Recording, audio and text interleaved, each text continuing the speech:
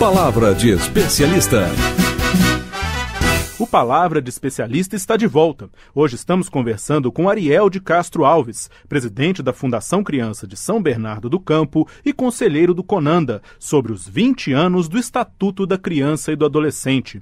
Professor, a gente finalizou o primeiro bloco começando a falar sobre o Estatuto da Criança e do Adolescente, sobre a questão, como ele trata a questão da violência. Eu queria que o senhor evoluísse um pouco mais, explicasse um pouco mais como o ECA trabalha a questão da violência e dos jovens menores de idade que acabam envolvidos em crimes. A questão da violência é uma questão fundamental que você traz.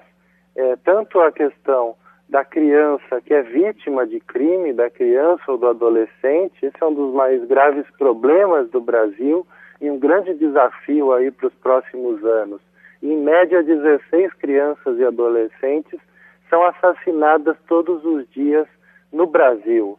Nós temos um serviço chamado Disque 100, número 100, que desde 2003 recebeu mais de 130 mil denúncias de maus tratos, de abusos e de exploração sexual de crianças e adolescentes, atualmente uma média de 92 denúncias por dia, e esses casos são encaminhados para os conselhos tutelares e para as delegacias da criança e do adolescente naqueles estados que essas delegacias existem, né? Então é fundamental a gente ressaltar que apenas 6% das comarcas, né, de justiça do país possuem varas especializadas e exclusivas da infância e da juventude, segundo o Conselho Nacional de Justiça. Essas varas, elas seriam e são, né, exatamente para apurar denúncias e casos de maus tratos, de abusos, depois encaminhar para as varas criminais,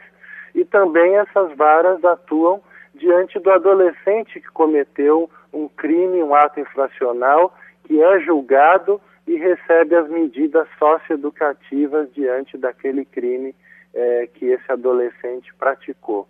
Então é fundamental, nós sabemos que existe um sistema de justiça próprio previsto no Estatuto. Também o Estatuto exige a necessidade de especialização dos órgãos de atendimento. Então, as delegacias especializadas da criança e do adolescente seriam delegacias para apurar crimes praticados por adolescentes, porque nós não defendemos a impunidade. Nós achamos que todo adolescente que comete um crime, ele tem que ser investigado, diante da comprovação ele vai passar por audiências na vara da infância e juventude e deve receber uma medida socioeducativa adequada, que pode ser uma privação de liberdade, pode ser uma semi-liberdade, pode ser também uma advertência, se for um caso de menor gravidade, uma liberdade assistida, uma prestação de serviço à comunidade, e também o Estatuto exige ter delegacias de proteção da criança e do adolescente, que são para apurar os crimes que crianças e adolescentes são vítimas, que infelizmente ocorrem com muita frequência no Brasil, e geralmente a impunidade acaba ocorrendo nesses casos. Para se ter uma ideia, tem um centro de referência aí do Distrito Federal, em que 60% dos casos foram analisados que sequer são apurados, porque a maioria das denúncias acabam sequer chegando aos órgãos competentes para apuração. Então é fundamental nós termos em mente essa questão. Existe o Sistema de Informações de Proteção à Infância e Adolescência, que desde 99 os conselhos tutelares já receberam mais de 1 milhão de denúncias de violações, de desrespeitos ao direito da criança e do adolescente. Então, são questões aí importantes para que a gente possa aprofundar no nosso país. Professor, o senhor agora citou um problema que é a pouca cobertura do judiciário em relação à criança e ao adolescente. 6% é um número pequeno de comarcas que têm varas especializadas em crianças e adolescentes. Quais são os outros pontos que a gente também tem que melhorar no trato com crianças e adolescentes, inclusive baseado nas premissas, nas diretrizes do ECA? Nós precisamos melhorar no que diz respeito ao próprio enfrentamento ao trabalho infantil. É importante reconhecer que ocorreu uma redução de mais de 50% no número de crianças e adolescentes exploradas no trabalho infantil. Antes do Estatuto, tínhamos mais de 8 milhões de crianças e adolescentes trabalhando. Hoje nós temos um pouco mais de 4 milhões, segundo a Organização Internacional do Trabalho, mas isso precisa ser reduzido. Também a questão do acesso às creches, ao ensino infantil. Apenas 1.700.000 crianças de 0 a 3 anos, dentro do número de 11 milhões que tem a cidade no país, têm acesso às creches, né? Apenas 15%. E esse é um momento fundamental de formação da personalidade dessas crianças. Outra questão no país é a da gravidez na adolescência, que ocorre com muita frequência, mas nos últimos 10 anos houve aí um decréscimo, né? O número de casos de gravidez na adolescência diminuiu em 30%, mas ainda a questão do planejamento familiar, da gravidez na adolescência, é um dos desafios que nós temos no nosso país. Outra questão importante é a do ensino, da educação. Recentemente tivemos divulgados números do próprio IDEB, que mede os índices de desenvolvimento da educação básica. Nós temos aí como exitoso o acesso das crianças ao ensino fundamental. Hoje, 98% das crianças têm acesso ao ensino fundamental, o que não ocorria com nem 50% antes do Estatuto da Criança e do Adolescente. Porém, a qualidade do ensino precisa melhorar bastante, então a violência nas escolas também é um ponto que tem, infelizmente, ocorrido aí com frequência, casos, né? Então é fundamental também melhorar a qualidade e enfrentar a violência nas escolas no nosso país. É importante também o reconhecimento de que a área que mais avançou dentro das políticas sociais foi a área da infância e da juventude, segundo uma pesquisa recente do Instituto Brasileiro de Geografias e Estatísticas, mostrando que 88% das prefeituras do país tem algum tipo de serviço de política pública voltada ao atendimento de crianças e adolescentes, principalmente com relação ao combate do trabalho infantil, da exploração sexual, o atendimento a crianças e adolescentes com deficiência.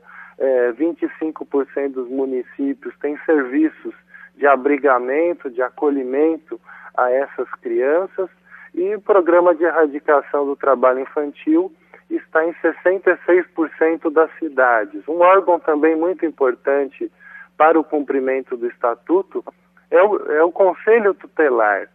E hoje 98% dos municípios possuem conselhos tutelares, mas nem sempre esse órgão, que inclusive é reconhecido internacionalmente, porque a lei brasileira é a única que prevê um órgão adequado para zelar pelos direitos previstos do Estatuto, mas muitas vezes esses conselhos tutelares não estão com a estrutura adequada para que eles consigam atender toda a demanda. Mas, professor, o senhor acabou nesse levantamento dos problemas também botando alguns números, vamos dizer, alguns números bons que nesses 20 anos de vigência do ECA acabaram surgindo em relação à criança e ao adolescente, né? Uma das coisas que eu achei mais legal foi o senhor ter falado que foi a área vamos dizer, da assistência, não é da assistência social, a área social que mais cresceu, a área voltada à criança e ao adolescente. Tem mais coisa que foi avanço obtido pelo ECA? Olha, atualmente uma das questões aí que tem avançado, apesar de tantos problemas, são dois aspectos, né? A questão do adolescente em conflito com a lei, que sempre foi dos pontos aí mais emblemáticos do Estatuto da Criança e do Adolescente. Muitas vezes o Estatuto só é lembrado diante de um adolescente cometer crime, mas na prática o Estatuto ele é feito para adolescentes que cometeram crimes, para crianças que são vítimas de violência, para crianças e adolescentes, independente da classe social, independente da etnia, da raça. Na verdade, é fundamental que nos últimos 3 anos, principalmente, existe um processo de reformulação das unidades de internação para adolescentes infratores no nosso país. Então, vários estados aí têm tentado se adequar ao que prevê o Estatuto. Nós temos um projeto de lei tramitando no Congresso Nacional que trata da Lei de Execuções das Medidas Socioeducativas, exatamente para que todas as unidades de internação no país ofereçam cursos profissionalizantes, escolarização, separação dos adolescentes conforme a idade, gravidade do crime cometido, tamanho físico, a necessidade de qualificação dos profissionais que atuam com esses jovens. Mas nós então temos aí, principalmente nos últimos 3 anos, um processo de regionalização do atendimento, construção de pequenas unidades mais adequadas para um atendimento individualizado.